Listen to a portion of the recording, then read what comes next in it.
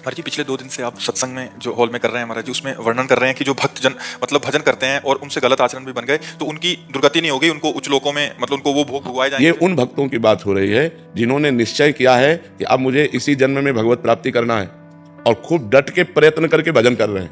हाँ, पर उनका कुसंग हो गया और वो भ्रष्ट हो गए। वो जितेंद्री नहीं है, वो मनोनिग्रही नहीं है, मन पर विजय प्राप्त नहीं कर पाए, अब वो भ्रष्ट हो गए। अब भ्रष्ट का मतलब है लगातार भ्रष्ट हो थोड़ी है। अब वो भ्रष्ट हो गए, प्रयासरत थे भजन में, उनका लक्ष्य था भगवत प्राप्ति और शरीर पूरा हो गया, भगवान के दर्शन नहीं हो पाए, भगवत प्राप्ति नहीं हुई, तत्वबोध नहीं हुआ, तो उस भ्रष्ट का क्या गति होगी? भगवान श्री कृष्ण से अर्जुन जी ने पूछा तो उस भ्रष्ट की क्या गति होगी? तो भगवान ने बताया कि ऐसे जो भ्रष्ट होते हैं वो नरक तो जा नहीं सकते, क्योंकि भगवान का नाम जप करते थे, भगवान के मार्ग में थे, भगवान के आश्रित थे, वो नरक नहीं जा सकते। अच्छा, उनका पतन नहीं हो सकता, क्योंकि जैसे आपने 500 नाम जप किया तो आपके 500 नाम तो स्टॉक में जमा है। अब आप भ्रष्ट हो गए, गलत आचरण किए, तो उसका आपको दंड मिलेगा, लेकिन वो दंड खत्म होते ही आप 500 भजन से ऊपर चलेंगे, 499 नहीं, पूरे 500 के भजन से ऊपर आपकी गति होगी। तो अब जैसे उनका शरीर छूटा तो उनको पुण्यवान के लोकों में ले जाया जाता है, स्वर्ग आदि लोकों में। स्वर्ग आदि लोकों में जैसे वो स्त्री से भ्रष्ट हुए या जिससे भ्रष्ट हुए, वो सारे भोग उनको दिए जाते हैं।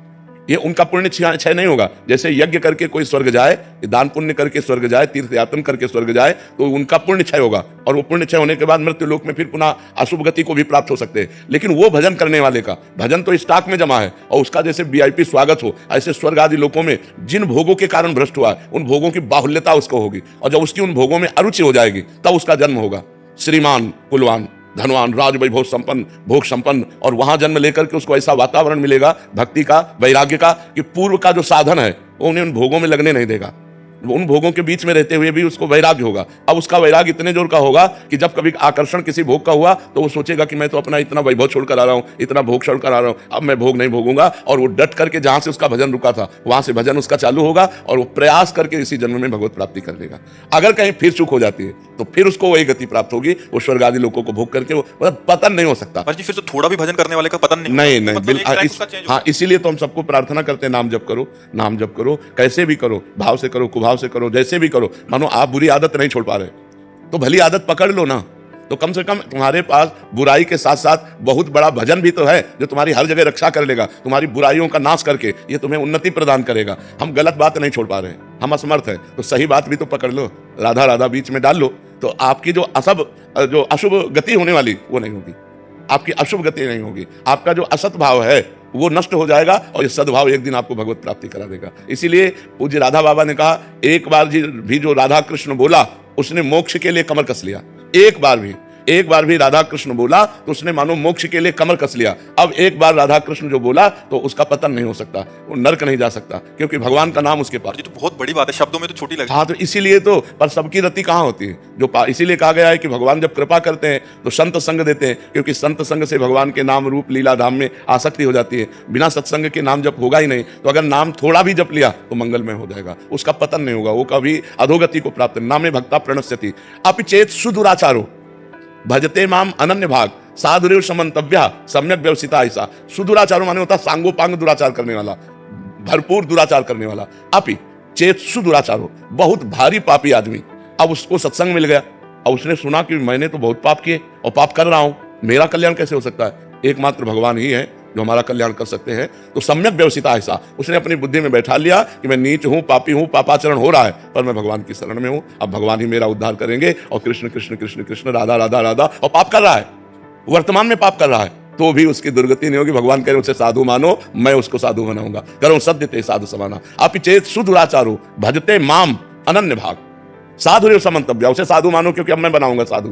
क्षिप्रम भवति धर्मात्मा, अब मैं उसे शीघ्र धर्मात्मा, और भगवान जिसे साधु बनाना चाहे वह असाधु रह कैसे सकता है? तो दुराचारी होकर के भी यदि वो भगवान का आश्रय लेकर नाम जप करता है तो वो नरक नहीं जाएगा, वो भगवान की प्राप्ति के मार्ग में जहां से गिरा है उन भोगों को स्वर्ग आदि लोकों में भोगेगा। जो बड़े बड़े पुण्यात्माओं के लिए दुर्लभ वस्तु है वो उस भजनानंदी को भोगने को मिलेगा, और फिर बड़े पवित्र कुलों में, राज वैभव कुलों में उसका जन्म होगा, कोई साधारण नहीं, क्योंकि नाम जप उसने किया है। इसलिए नाम जप अवश्य करना चाहिए। महाराज जी ये तो हो गया कि वो भजन कर रहा है, फिर वो अपने उससे जाएगा। महाराज जी एक शरणागति का मार्ग आप बिल्कुल साथ साथ में चलाते हैं, तो महाराज जी शरणागति का इसमें सिद्धांत क्या रहेगा? उसमें तो प्रभु खुद बचाते हैं, आप कहते हैं कि उसको, तो महाराज जी इसमें शरणागति में जब हम भगवान की शरण में होते हैं तो जहां हमें भ्रष्ट होना होता है वहां भगवान कहते करो सदा तिनके रखवारी जिमि बालक राखे महतारी। अगर अभिमान है भगवान की शरणागति होने के बाद भी तो गिरना पड़ेगा, नहीं तो भगवान बचा लेंगे। और भगवान का शरणागत अगर गिर भी जाता है तो इसी जन्म में उसको इतना कष्ट दिया जाएगा कि उसके पाप का मार्जन हो जाएगा और अंत में भगवान उसकी स्मृति बनेंगे और उसको ये सब अगला जन्म नहीं होगा,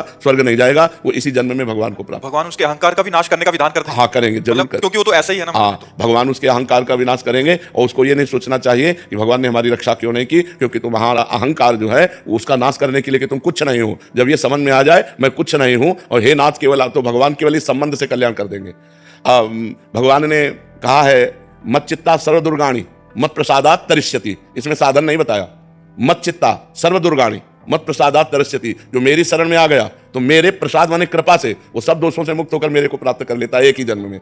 भगवान की शरण होकर भगवान का भजन कर रहा है, अगर कहीं गिरने के चांस आए तो भगवान उसकी रक्षा करते हैं, अगर रक्षा नहीं की तो तुम्हारे अहंकार का नाश होने के लिए वो भगवान लीला करेंगे और ज्यादा दिन वो लीला टिकेगी नहीं मायामयी, वो तुरंत निकल करके फिर परमार्थ में चलेगा और भगवान को प्राप्त। क्षमा कीजिएगा महाराज जी, पर ये मार्ग और ज्यादा आसान हाँ, तभी तो शरणागति दुर्लभ वस्तु है। शरणागति हृदय से हो जाए तो निहाल हो जाए। मत चित्तान, भगवान कह रहे मत चित्ता, मत चित्ता, मेरे में चित्त लगाने वाला, बस भगवान आप ही मेरे, हमारे में तो कोई ना मैं इंद्रिय विजयी हूँ ना मन विजयी हूँ, हे नाथ आप ही मेरा कल्याण करो, हे पतित पावन प्रभु आप देख लो। ऐसे भक्त का कभी नामे भक्ता प्रणश्यति, ऐसे भक्त का नाश नहीं होता। भगवान कहते हैं मत चित्ता सर्व दुर्गाणी मत प्रसादात तरिष्यति, मेरे में चित्त लगाने के कारण सारे दोषों का मैं नाश कर देता हूँ और मत प्रसादात तरिष्यति, मेरी कृपा से वो मुक्ति को प्राप्त हो जाता है, मेरी कृपा से वो एक जन्म में ही भगवत प्राप्त। भगवान सब कुछ कर सकते हैं, करतुम अकर्तुम अन्यथा करतुम, एक है साधन पक्ष और एक है कृपा पक्ष। तो जो भगवान की शरण में कृपा पक्ष से है वो साधन करते हुए भी अगर कहीं लड़खड़ा जाता है तो उसके दोषों को प्रभु मानते ही नहीं।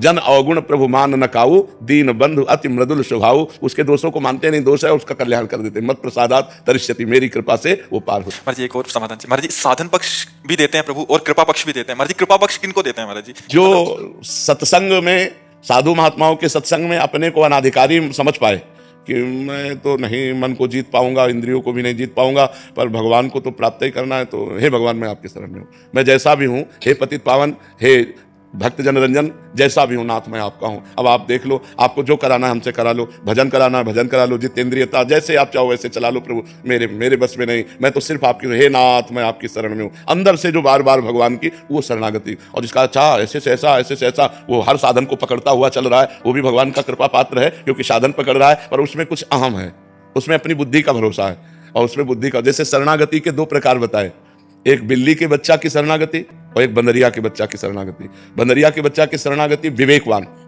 साधन संपन्न, उसको इशारा भगवान देंगे कि भ्रष्ट होने का अवसर आ रहा है। जैसे बंदरिया अपने बच्चे को इशारा देती जब छलांग लगाना होता है, ऐसे करेगी तो कस के पकड़ ले, अब वो छलांग मारी, अगर कस के ना पकड़े गिरे तो गिर जाए। वो इशारा देगी कि मैं छलांग मार रही हूं, जरा सा ऐसे बच्चे को संभालेगी, बच्चा समझ जाता है कि छलांग लगाने वाली है और कस के पकड़ लेता है। ऐसे ही भगवान इशारा देंगे कि माया का आक्रमण होने वाला है, तुम्हारे सामने प्रश्न आने वाला है, तुम सावधान विवेकवान हो, इसलिए अपने आप को पकड़ करके बचाओ, साधन को पकड़ लो कस के। और लेकिन जो बिलैया के बच्चा की शरणागति है वो ऐसे तुम्हें ले जाना है जहां ले जाओ, हमें झटका वटका से कोई मतलब नहीं है, इशारा दे मैं हूं, चुप हो जाए। अब वो बिलैया क्या करती है, अपने मुंह में दबा के ले जाती है, जिन दांतों से चूहों को मारती है उन्हीं दांत, वही मुंह में दांत है, लेकिन इतनी सेफ्टी से उस बच्चे को पकड़ती है, जहां उसको ले जाना होता है स्वयं ले जाती है। ऐसे ही अजात पक्षायु मातरम खगा, ये बहुत सुंदर मार्ग है। जैसे जिस पक्षी के बच्चे के अभी पंख नहीं निकले, घोंसले में बैठे केवल माँ की बाट जोता रहता है, ऐसे जो केवल भगवान की कृपा की बाट जोते हुए भगवान का सुमिरन करता रहता है, ऐसे भक्त का निश्चित इसी जन्म में कल्याण हो जाता है।